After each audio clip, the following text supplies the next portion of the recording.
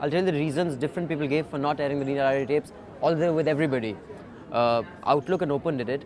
The Helka said they didn't do it because they couldn't determine the authenticity of the tapes. Barkha said the same thing. Different people said different things. What were your reasons for not airing it? Actually, my reasons then are the same as they are now, but now they're more understood. I thought it was an abomination. I thought that in a democratic country to take a flimsy excuse that kept changing from tax fraud to Nira being a spy for Britain to all kinds of things, or China or something stupid like that, to tap someone for such an extended period of time under laws that are completely in violation of any civil rights that you and I should be enjoying in a democracy, to then take those tapes to break the government's own rules that say explicitly that when you record someone, illegal and immoral. when you record someone and you pick up information that is not relevant to that so-called investigation, it must be destroyed. That was never done. Then these tapes are put out in some kind of transcript form. Right. Then they are published by the And Pioneer, CDs which and is, stuff. has its own sort of people to answer to. Then it's published by magazines. Then it's published by the TV.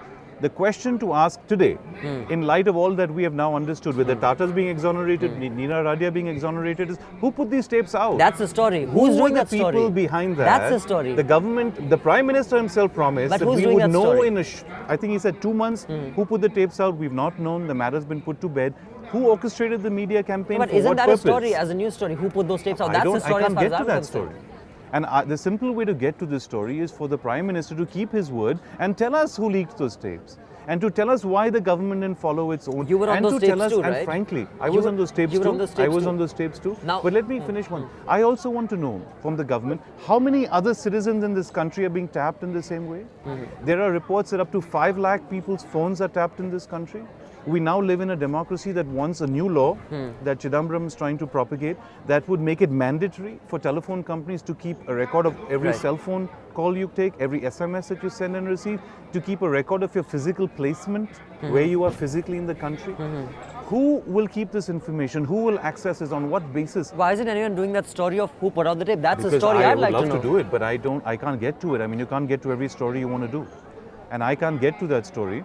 And again, if I did that story, someone would say, oh, you did it But out that's of... fine, as long as it's Because, transparent. you were on the tape, so you did You're the on the story. tapes, you're a friend of ours, but I mean, see, as long as it's transparent. The Jahangir, simple thing would be for the don't you government think of India to keep its word. To let They us never know will. how The government tapes- India never keeps its word. Trust me, I was part of Team Anna, so I know that. But no, what I'm saying is, stories like where did these tapes come from? These are stories that need to be pursued. And if someone says Jahangir just doing it because he's a friend of Mira, so be it. As long as it's transparency, I don't think people have a Look, I problem. mean, you know what? If I had the story, I would do it today. But I Are don't you saying you that have no story. inkling of who leaked those tapes? Oh, I have a lot of inklings. But I'm not irresponsible enough to tell you that, So will you for the follow up on public. that lead? Because I've I've heard. tried. I mean, look, every journalist with his salt has tried. Every channel, Has tried to see every where, magazine has has tried to tried a story to... of where those tapes came from, who Yeah, distributed them? absolutely. I can tell you that. Because, it would have been the scoop of the year, right? I Yeah, mean, the of course. scam and It then still who was can be behind the the scoop of scam. the year. It still can. I mean, frankly, right now, I'm not actively pursuing it. Things just fall off your table, right?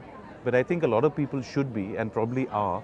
But, at that level, remember one thing, Abhinandan, when you say journalists get stories, it's very, very rarely that the journalist has actually worked, It's usually in some circled. investigative way to get the stories. Usually it's someone coming to you and saying, here, guy, look at this.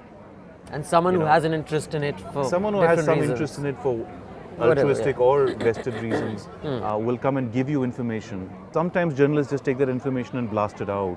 My view is always that when you get a lead or a source, that's only the point of inquiry. That's where the story starts. And then from there then you you gotta build your follow up on own, it. your own Sure, work. sure. But that hasn't happened in this particular story. But again, the issue really today is not the past about who leaked the tape. Interesting, good story. But who's tapping your phone and mine?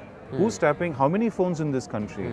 Under what rules? What's happening to those conversations? Where is the data being stored? Who can access it? Tomorrow, if I'm a husband and I have a problem with my wife, can I pay someone off and access her Sure. phone records? Probably you If can. I'm in a family dispute over property, can I, wrangle some information on my brother or cousin? It's probably possible, and yes, the dangers of it, everyone Tremendous. understands and are shocking. I will be accused of not having asked this question. Who does own NewsX? I thought I just told you, Vinay Chajlani owns NewsX. Okay. Yeah, he's the indoor-based group that owns Nai Dunya and Web Dunya, I host see. of other businesses.